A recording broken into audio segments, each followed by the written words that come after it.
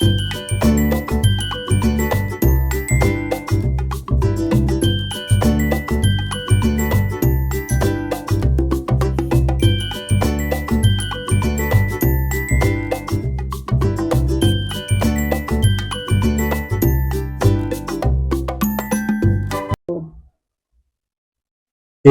ऐसे संत जिनके भक्त थे स्टीव जॉब्स, एक ऐसे संत जिनके भक्त थे मार्क जुकरबर्ग, एफबी जैसी कंपनियों के प्रेरणादायक। आखिर वो बाबा कौन थे? आखिर वो संत कौन थे? नमस्कार, जय श्री राम, राम राम, जय श्री हनुमान। मैं आपका दोस्त और होस्ट डॉक्टर अंकुश भारद्वाज आज एक ऐसे संत के बारे में बात करना चाहता हूं जिनको दुनिया बाबा नीम करौली जी महाराज के नाम से जानती है। आज हम बात करेंगे बाबा नीम करौली जी महाराज की, जिन्हें लोग हनुमान जी का अवतार भी मानते हैं। पर बाबा कहते थे, मैं हनुमान जी का सेवक हूं, मैं हनुमान जी का भक्त हूं। जिनके शब्द आज भी लाखों लोगों को प्रेरणा देते हैं, जिनके अमूल्य वचन आज भी बहुत लोगों के लाइफ की प्रेरणा बनते हैं। ये वीडियो सिर्फ कहानी नहीं, एक सच्चा अनुभव है। ये मेरा अनुभव है, ये लाखों लोगों का अनुभव है। अब मैं बताता हूं महाराज जी का जन्म कब और कहां हुआ था। महाराज जी का जन्म सन 1900 के आसपास यूपी स्टेट के फिरोजाबाद शहर में हुआ था। वैसे जो लोग उनके साथ रहे, जो उनके भक्त थे उस टाइम पे, वो बताते हैं कि बाबा अपने निजी जीवन के बारे में बात करना ज्यादा पसंद नहीं करते थे। वो लोग ये भी बताते हैं कि कैसे बाबा ने 11 वर्ष की उम्र में घर को त्याग दिया था, कैसे 11 वर्ष की उम्र में उनका संन्यास की तरफ झुकाव बढ़ गया था। अब हम बात करेंगे कि बाबा का नाम नीम करौली जी महाराज कैसे पड़ा। ये घटना उस टाइम की है जब अंग्रेज हमारे देश पर राज कर रहे थे। बाबा किसी स्थान से अन्य स्थान पर जाने के लिए ट्रेन का यूज कर रहे थे और बाबा जैसे ही ट्रेन में चढ़े, आगे बढ़े, एज यूजुअल जैसे टिकट चेक होती हैं, टीटी सब लोगों की टिकट चेक कर रहे थे। अब आते आते बाबा के पास आए और टीटी ने बोला, महाराज जी टिकट। तो महाराज जी बोले, बेटा राम का नाम लो।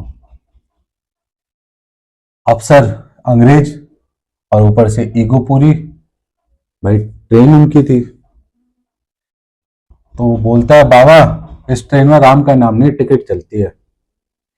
तो बाबा बोले, बेटा मेरे पास तो सिर्फ राम का नाम है, इसके अलावा ना तो मेरे पास टिकट है ना कुछ है। तो अफसर बोला, बाबा अपना राम का नाम अपने पास रखो, अगर टिकट है तो दिखाओ, नहीं तो ट्रेन से उतर जाओ। टीटी ने ड्राइवर से कह के ट्रेन रुकवा दी और बाबा को ट्रेन से उतार दिया।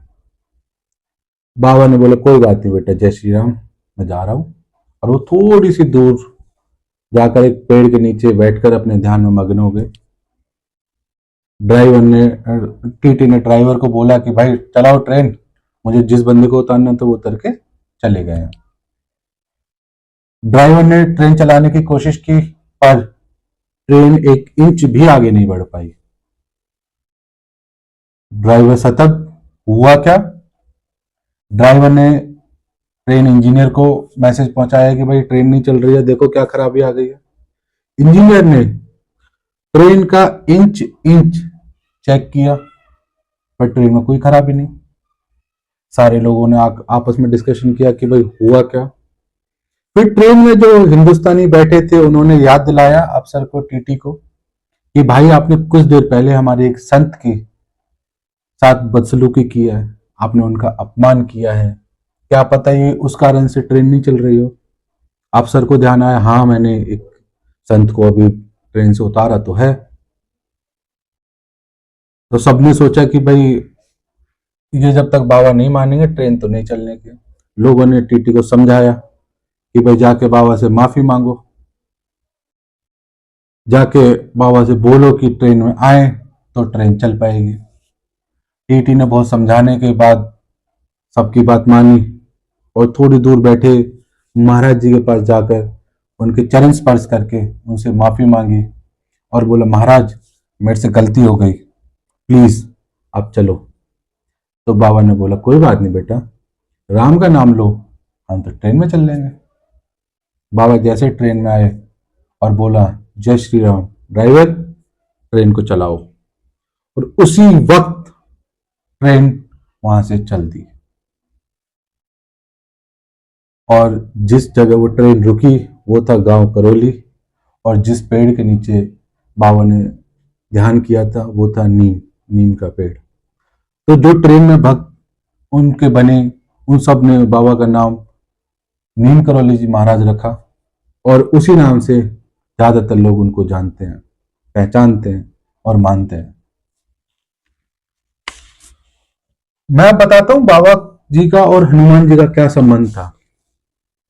लोग तो कहते हैं कि बाबा हनुमान जी का अवतार थे, बट बाबा स्वयं को हनुमान जी का बहुत बड़ा भक्त और सेवक मानते थे।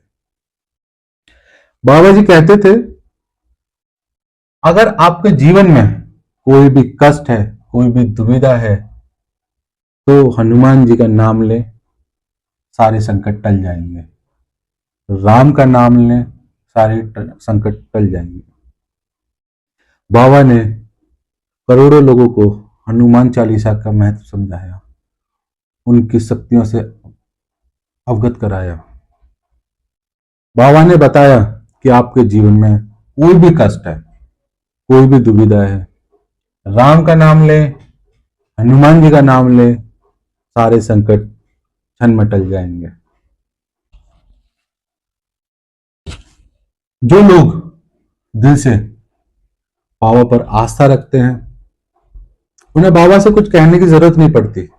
बाबा उनका मन पढ़ लेते हैं और उनके भविष्य के संकट टाल देते हैं।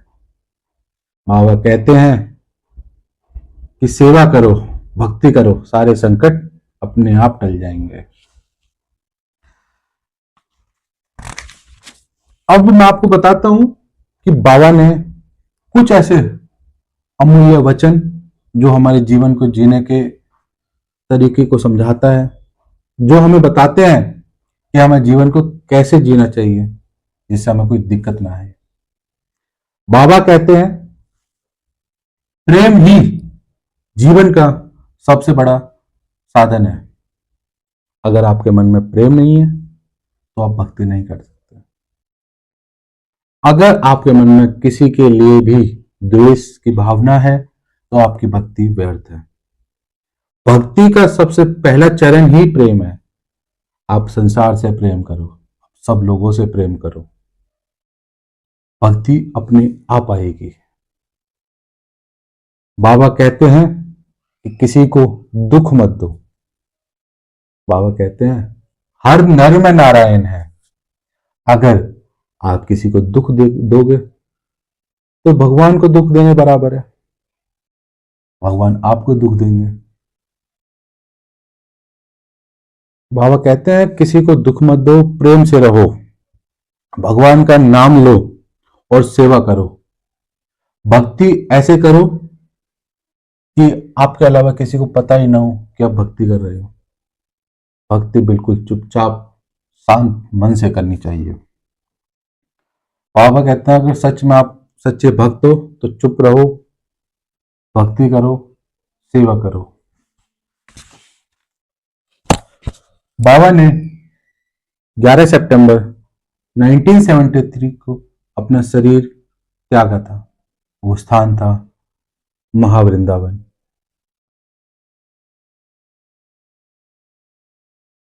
आज भी लोग वहां पर बाबा की उपस्थिति महसूस करते हैं। आप बाबा के किसी भी आश्रम में चले जाओ, चाहे वो नैनीताल का आश्रम हो, चाहे वो ऋषिकेश का आश्रम हो, चाहे वृंदावन का आश्रम हो। अगर आप वहाँ थोड़ी देर बैठ के बाबा को याद करते हैं तो आपको वहां पर उनकी उपस्थिति महसूस होगी।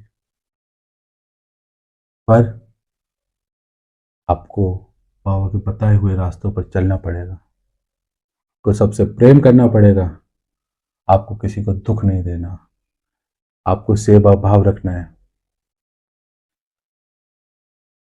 हर वो भक्त जो सच्ची भक्ति करता है, चाहे वो राम जी की हो, चाहे हनुमान जी की हो, चाहे बाबा की हो, वो उनको महसूस कर सकता है। वो हमेशा उन्हें अपने साथ खड़ा पाएगा।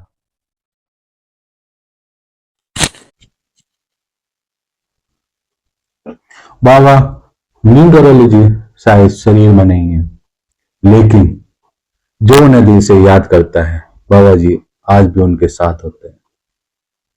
है? तो प्लीज कमेंट में जय श्री राम लिखें, जय हनुमान लिखें, जय नीम करोली जी महाराज लिखें।